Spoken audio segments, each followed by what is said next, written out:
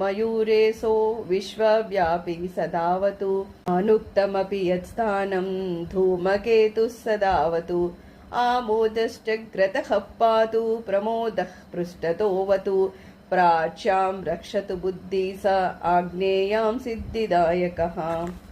दक्षिणस्यामुमापुत्रो नैऋत्यान्तु गणेश्वरः प्रतीच्यां विघ्नहर्तां व्याध्वायद्भ्यां गणघन्नकः कौबेर्यां निधिपः पातुरीशान्यां ईशनन्दनः दिवाव्यादेकदन्तस्तु रात्रौ सन्ध्यानुविघ्नहृत् राक्षसासुरबेताళा ग्रहभूता पिशाचतः पाशाङ्कुशधरः पातु रजसत्त्वतमश्रुतिः ज्ञानं धर्मं च लक्ष्मीं च लज्जां कीर्तिं तथा कुलं वपुद्दानं च धान्यं च गृहं